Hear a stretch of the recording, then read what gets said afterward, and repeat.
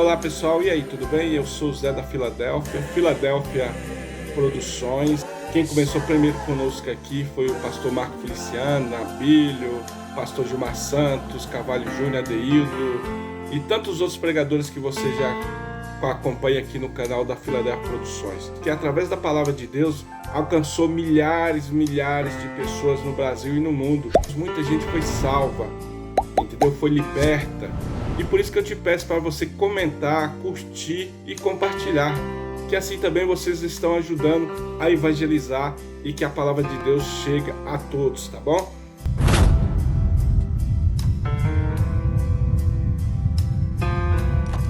Pai do Senhor para a igreja. Quem tem Bíblia, vamos abri-la no livro de Números.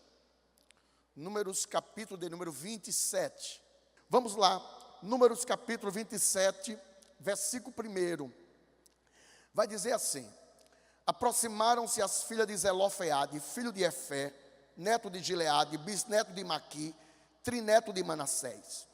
Pertencia aos clãs de Manassés, filho de José. Os nomes das suas filhas eram Maala, Noa, Ogla, Milca e Tisa. Elas se prostraram à entrada da tenda do encontro diante de Moisés, do sacerdote Eleazar, dos líderes de toda a comunidade, e disseram: nosso pai morreu no deserto. Ele não estava entre os seguidores de Corá, que se ajuntaram contra o Senhor, mas morreu por causa do seu próprio pecado e não deixou filhos. Porque o nome de nosso pai deveria desaparecer de seu clã por não ter tido um filho? Dê-nos propriedade entre os parentes do nosso pai. Moisés levou o caso perante o Senhor, e o Senhor lhe disse: as filhas de Zelofeade têm razão. Você lhes dará propriedade como herança entre os parentes do pai delas, e lhe passará a herança do pai. Amém. Quem crê que essa palavra é a verdade, diga graças a Deus. Meus irmãos, meus queridos, senhoras e senhores, o texto que nós acabamos de ler vai tratar sobre herança. Herança é um prêmio que se passa de ascendente para descendente. Você não precisa se esforçar para que a herança chegue na sua mão. Alguém trabalha, alguém se esforça, alguém vai suar, mas a herança vai chegar na sua mão de graça. A Bíblia vai dizer em Romanos que nós recebemos o Espírito que nos torna filhos por adoção. Porque a herança só pode ser dada através de consanguíneos ou também através de adoção.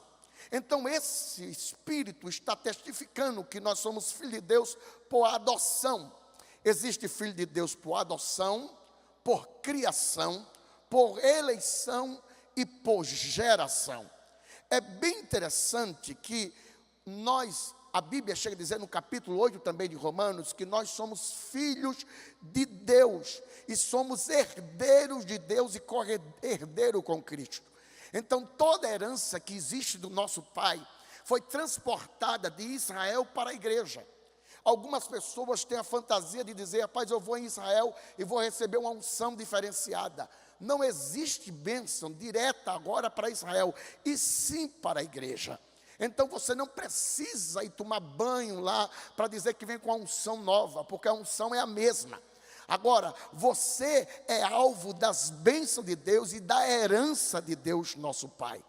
O que me chama a atenção aqui é que na antiga aliança, você vai ver que quem tinha direito à herança eram os filhos, aqueles que eram do sexo masculino. Quem era do sexo feminino não tinha direito à herança. As mulheres sofriam uma discriminação muito grande. Por exemplo, você vai ver que Adão e Eva teve filhos e filhas. Você conhece o nome dos filhos, mas não sabe o nome das filhas. Você vai perceber que a maioria das mulheres que aparece por causa do homem. E isso é uma forma discriminatória das mulheres. As mulheres não podiam fazer sua contagem, não podiam reclamar nem declarar os seus nomes. É importante frisar que a mulher na antiga aliança não podia expressar nenhum desejo, nenhuma vontade, nenhum sentimento. É tão sério que mesmo na nova aliança, a Bíblia vai dizer que Paulo determina que as mulheres fiquem em silêncio. Depois nós tratamos desse assunto. Mas a mulher na antiga aliança, ela era comparada ao valor de um camelo. Por isso que quando Abraão manda seu servo Eliezer ir atrás de uma mulher para o seu filho, ele manda toda a sua herança, todo o ouro que ele tem, em cima dos 10 camelos. Aquele valor que estava sendo avaliado não era para avaliar para a mulher, porque o valor estava sendo dado pelos camelos. Então o que ele queria era uma mulher que representasse 10 camelos. Ele queria alguém que fosse top, alguém que fosse designado como uma mulher superstar. Era isso que Abraão estava passando. A mulher não podia sair de casa a não ser que soubesse com quem iria casar. Ainda hoje os judeus ortodoxos agradecem a Deus pela mulher, pela criança quando nasce, levantar ela acima da sua cabeça e agradecer a Deus por ela não ser do sexo feminino, e sim do sexo masculino. A lei e o direito era restrito às mulheres. A lei e o direito era bloqueado às mulheres. Culturalmente, isso é normal, que a mulher não pudesse herdar nada, porque a herança podia passar desde que uma das irmãs dela casasse, e essa irmã falasse com o marido para agregar essas mulheres para a família dele. Mas como nenhuma casou, essas mulheres não podiam herdar nada, essas mulheres deveriam ficar submissas a viver uma vida como escrava e mendigando. A esperança e a promessa para essas mulheres não teria nenhum valor. É interessante que são 5 mulheres, e essas mulheres não têm direito de receber nada de herança. É bom frisar também que no deserto, Deus matou 3 classes de pessoas. E o texto vai dizer que o seu pai, Zelofeade, por favor, a sua Bíblia vai dizer que esse homem, nosso pai, versículo 3 diz, nosso pai morreu no deserto. Ele não estava entre os seguidores de Corá que se ajuntaram contra o Senhor, mas morreu por causa do seu próprio pecado e não deixou filhos. É interessante que Deus preparou o deserto para tirar 3 tipos de classe de pessoas que estavam andando no deserto. É interessante frisar que a Bíblia vai mostrar no capítulo 11 que tem um grupo que eles interferem na decisão deste povo. A Bíblia chega a chamar eles de bando. É interessante frisar que Deus destruiu 3 classes, porque essas classes atrapalhavam o povo chegar na terra prometida. E a primeira classe que Deus resolveu extinguir, acabar, isso está em Números capítulo 14, 28, 26 e 65. A primeira classe que Deus resolveu destruir foi a classe dos murmuradores. Aqueles que murmuram, aqueles que falam entre os dentes, aqueles que reclamam demais, aqueles que sua vida é viver reclamando, espraguejando, dizendo aquilo. E a Bíblia chega a frisar em 1 Coríntios 10 e 10, que aquele que vive murmurando tem ao seu lado o anjo da morte.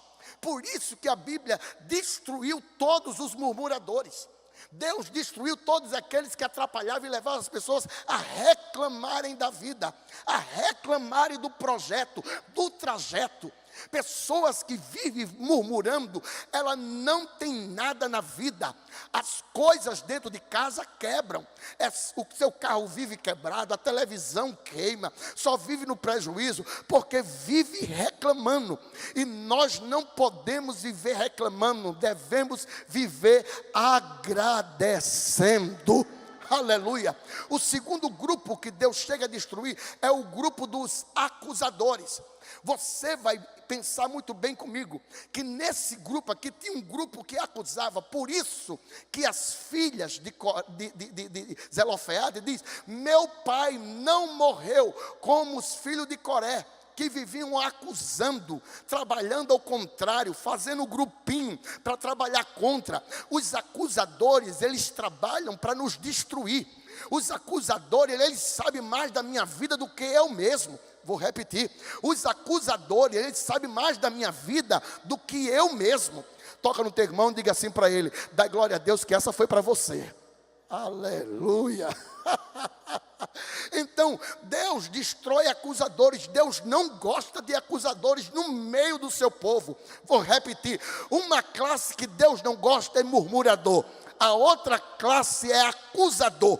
Porque todo acusador, ele acusa como estivesse no seu lugar, no lugar de quem ele está acusando. Vou dizer pela segunda vez: todo acusador gosta de acusar na pessoa que ele está acusando. Ele se coloca no lugar dessa pessoa e cria a imagem para tentar acusar, denegrir, baixar o valor, porque ele quer extinguir a história dessa pessoa. A terceira classe que Deus destruiu foi a classe dos rebeldes. A Bíblia chega a tratar muito bem sobre isso, dizendo que quem é rebelde está cometendo um pecado de rebelião, né? E esse rebelião é pecado de feitiçaria, é um feiticeiro. Porque todo rebelde, quando ele sai, ele trabalha para que onde ele saiu se acabe e seja destruído. Ele trabalha contra, ele trabalha para que algo não cresça. Eita glória, estou sentindo Jesus na casa. Todo rebelde, parece na Paraíba, ele é aquele que eu chamo lá na Paraíba, diz que ele é um macumbeiro gospel. Ele ora ao contrário. Ele ora para que você não seja feliz. Ele ora para que as coisas não andem na sua vida. Mas toda palavra contrária está sendo desfeita na autoridade que há no nome de Jesus. Você vai crescer e vai prosperar. Agora, qual foi o pecado de Zelofeade? Porque ele não morreu no pecado da família de Coré. Não vamos falar sobre isso? Onde Deus abre a terra e mata e cobre esse homem por conta da sua rebeldia e rebelião. Agora, Zelofeade, ele morreu, e é a quarta classe de pessoa que Deus destrói no meio do seu povo. A primeira classe é a classe dos murmuradores. Toda pessoa que você vê na igreja murmurando, daqui a pouco desaparece. Segundo, toda pessoa que vive acusando, fazendo grupinho, fofoca, mexerico, vai embora. E todo rebelde também Deus coloca para fora. Mas tem uma classe que nós temos que ter muito cuidado. Qual é? A classe dos incrédulos.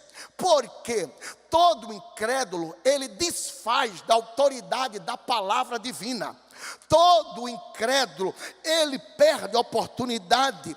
Todo incrédulo, ele não conquista.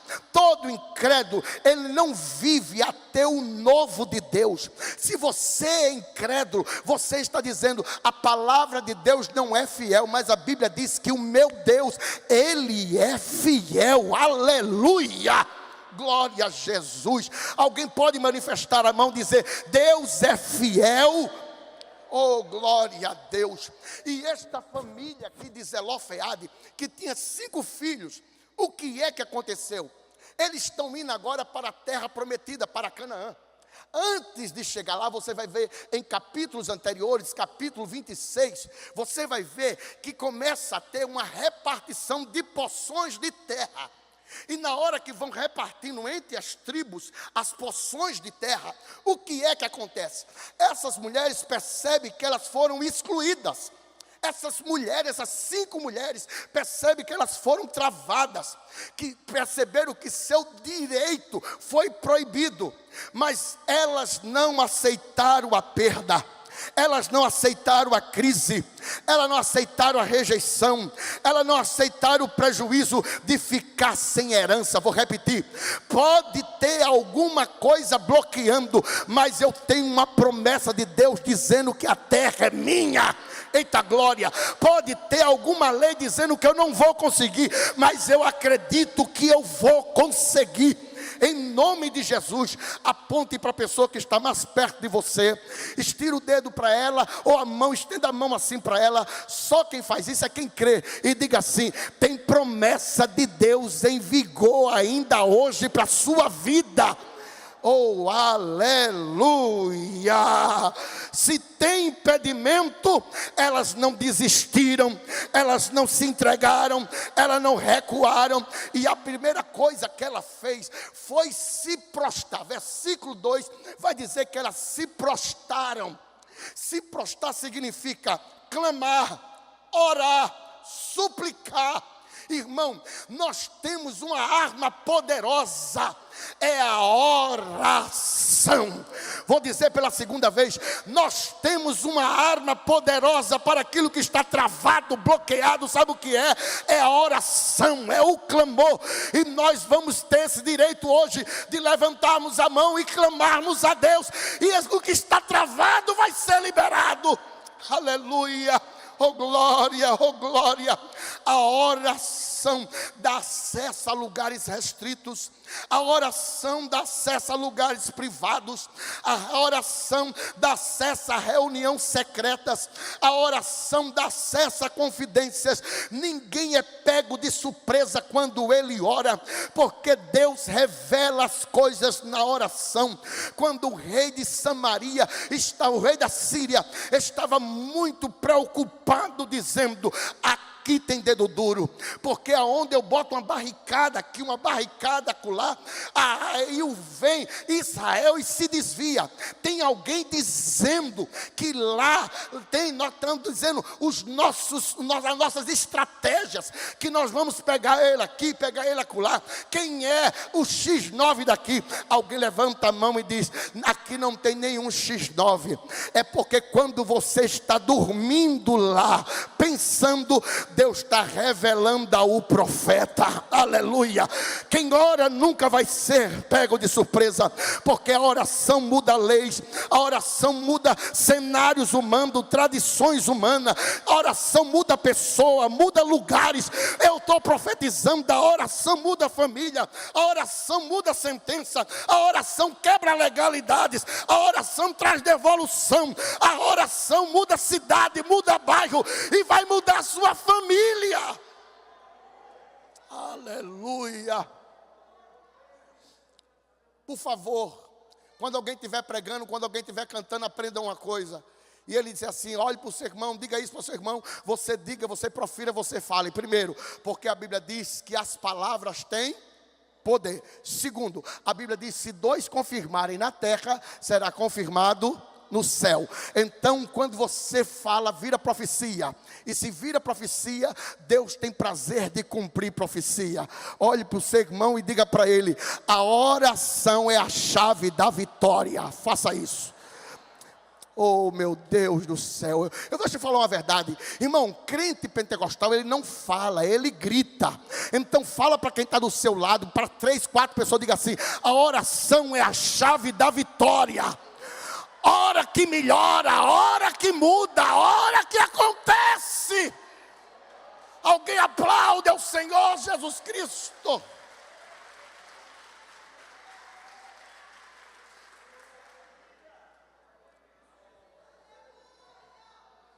Quem são essas mulheres? Não vai dar tempo eu falar quem são, mas quais as características que essas mulheres tiveram, que eu tenho que ter também. Você tem que entender que a lei mudou por conta dessas mulheres. A lei mudou por conta dessas mulheres. O que é que elas têm? Quais são os segredos dessas mulheres que eu tenho que ter também para que as coisas mudem na minha vida? Essas mulheres são um modelo. O próprio Deus foi quem disse no versículo de número 7: as filhas de Zelofeade têm razão. Não foi o homem, foi Deus. As filhas de Zelofeade têm razão. Você lhes dará propriedade como herança entre os parentes do pai delas, e lhe passará a herança. Qual é a primeira coisa para que aquilo que está travado, bloqueado, eu tenha na minha vida para que venha a ser desbloqueado? A primeira coisa que eu vejo aqui como característica é que elas tiveram ousadia. Não é costume da igreja, mas quem estiver perto faça isso. Mão direita para cima, por favor. Por favor. Mão esquerda também. Mão esquerda também. É o jeito que Deus me usa. Coloca a mão no ombro do seu irmão assim, apontando para ele assim. Não coloca no ombro não. Só faz apontar para ele e diga assim: tenha ousadia.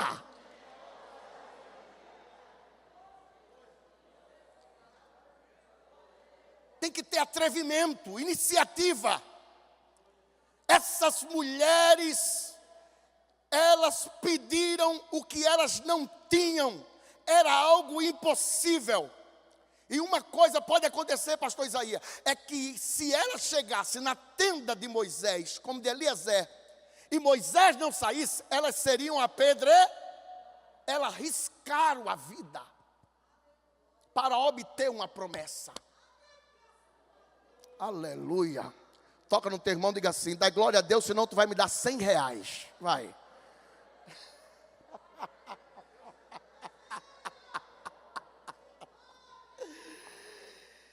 Irmão, essas mulheres tiveram coragem. Elas não ficaram detidas pelo medo. Elas tentaram, elas foram bater na porta. Elas não foram atrás de mediador. Eu vou falar com fulano para falar com Beltrano. Eu vou falar com fulano para ver se fala com Beltrano. Eu vou atrás, não.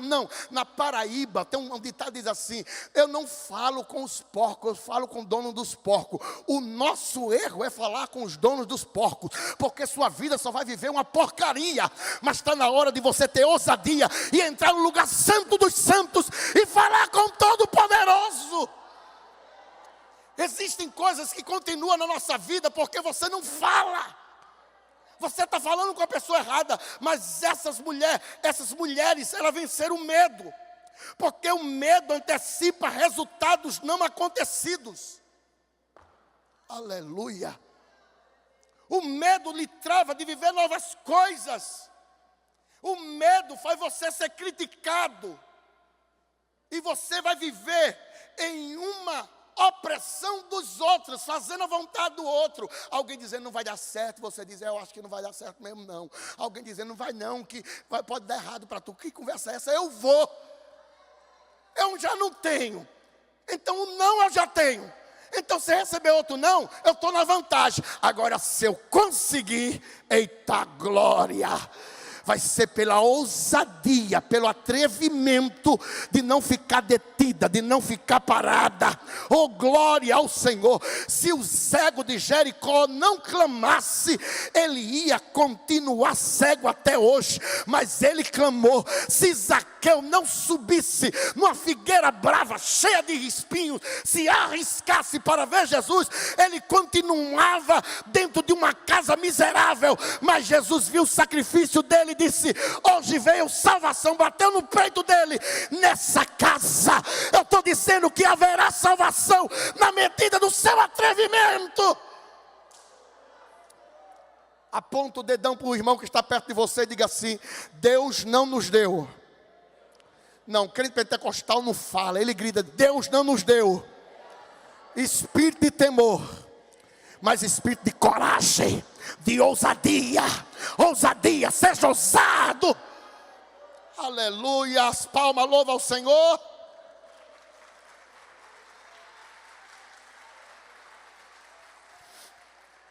Segunda coisa que eu vejo aqui é que elas respeitaram e honraram a autoridade de Moisés.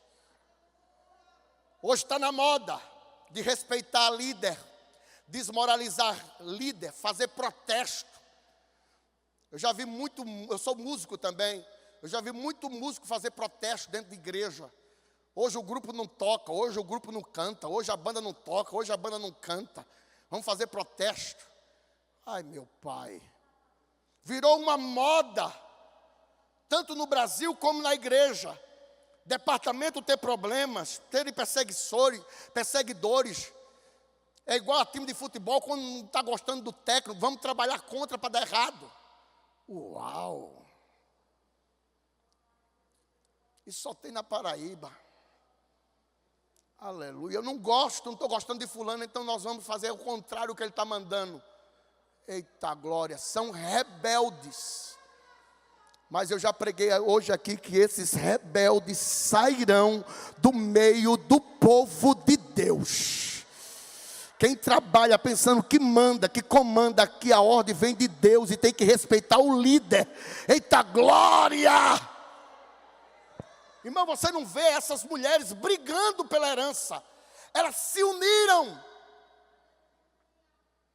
Você vê que quando você vai para falar de herança para vários filhos, um quer um pedaço, outro quer outro, um procura um advogado. Aqui não, eles se uniram e foram a pessoa certa, na hora certa, e falar na hora certa. Vocês não veem ela xingando Moisés, você não vê ela humilhando Moisés, vocês não veem elas fazendo grupinhos, mas elas vão até o homem de Deus, porque tudo que você precisa passa pela mão do homem de Deus. Eita glória, vou repetir mais uma vez, tudo que você precisa passa pela mão do homem de Deus. Quando o homem de Deus estende a mão para a igreja, ele está dizendo: eu estou liberando o que está travado agora. O que passa na sua vida não é você pegar as fotos do seu filho, da sua filha, roupa, pedaço de roupa, levar para um profeta orar, que você nem sabe se ele tem vida com Deus ou não. Não interessa se você vai aqui na casa de um profeta e ele diz: deixa eu orar, deixa eu fazer uma campanha, deixa eu amarrar essa camisa. Isso não vale 10 tons. O que vale é você respeitar a unção do homem de Deus e ele liberar sobre a sua vida. Aleluia. Toca no teu irmão, diga assim: dá glória a Deus que essa foi para você. Vai. A terceira coisa que eu vejo aqui é que elas foram mulheres cheias de expectativas. Imagine como ela estava pensando. Ela disseram assim: como será lá em Canaã? Elas tinham um planejamento e um projeto, ela tinha sonhos. Elas pensaram: nós vamos colocar gado, nós vamos trabalhar com ovelha, nós vamos trabalhar com plantação. Quais são as suas expectativas acerca das promessas de Deus na sua vida? Como é que você está sonhando? Como é que você está desejando as promessas de Deus? O que adianta você ter promessa e você não ter sonho com a promessa? Aleluia! Dá para dar um glória ou está difícil? Você tem que ter sonhos que lhe faz viver ou estar vivo. Porque quem para de sonhar, morre. Você tem uma promessa? Tem. Então sonhe com essa promessa. Tem expectativa. Fique cheio. O espírito de incredulidade não pode ter vez na nossa vida. Aleluia. Noé, ele construiu uma arca. E a expectativa dele é que a chuva ia cair de cima para baixo. E todo mundo dizia: não, a chuva é de baixo para cima. Só ele sonhava que era de cima para baixo. Nem a família de Noé chega a ajudá-lo. Aleluia. Porque quem tem projeto de Deus, até a família não apoia. Aleluia. Às vezes o que você sonha, o que você planeja diante de Deus, nem a sua família acredita que vai acontecer. Você tem que se encher de expectativas.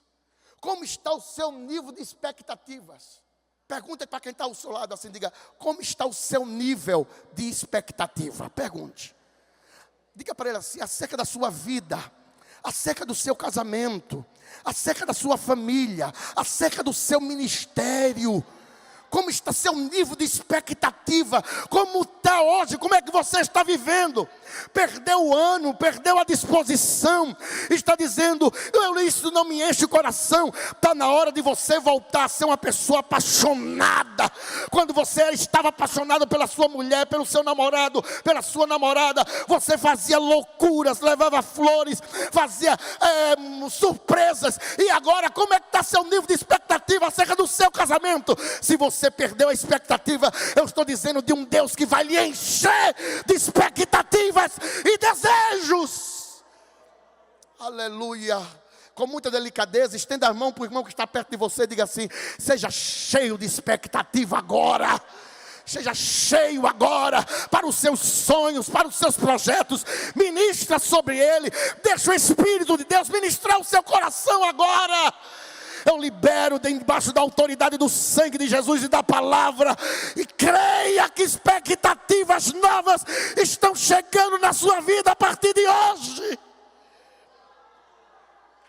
Aleluia. Quarto, Deus abençoa o que confio em suas promessas. Você tem que confiar nas promessas de Deus. Alguém quer travar, mas você tem direito. Aleluia. Alguém quer bloquear, mas você tem direito. Confia. Pode fazer macumba, feitiço, pode fazer o que quiser, jogar palavrão, pode fazer gingado, pode fazer mundanga, o que for.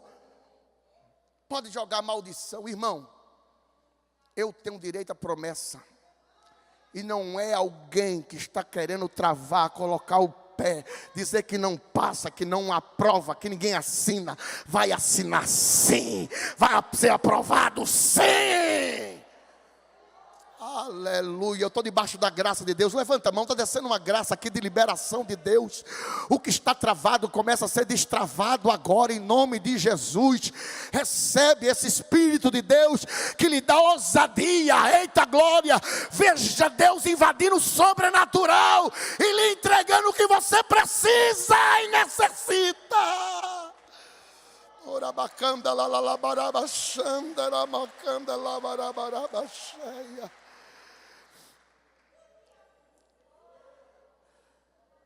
Os discípulos deram uma desculpa: nós não pescamos nada.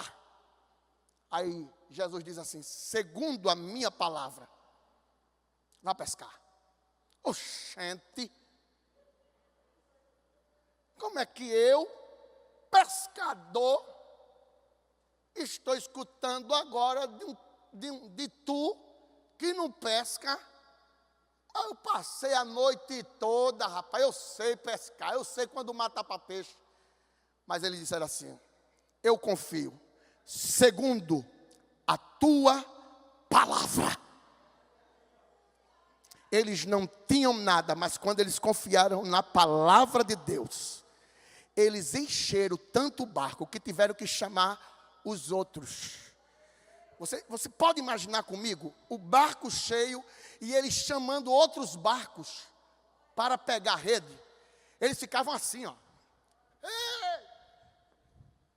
E o povo: oxe, que é isso, está doido, é? Aí ele pegou o peixe, tá a lapa, como diz nordestino. Quando ele mostrou: aqui tem peixe, irmão, era tanto barco entrando. Eita glória, não pode ter nada agora, mas eu vou encher o meu barco. Eita glória. Quinta e última coisa, elas romperam com os paradigmas que as prendiam. O anjo do Senhor, 400 anos calado, o anjo quebra paradigmas e aparece a Maria. Foram 400 anos parados. Alguém já tinha desacreditado em profeta. Deus não manda mais profeta. Deus manda um anjo para quebrar paradigmas. Você tem que romper paradigmas que lhe prendem. E a unção quebra jugo. Eita glória.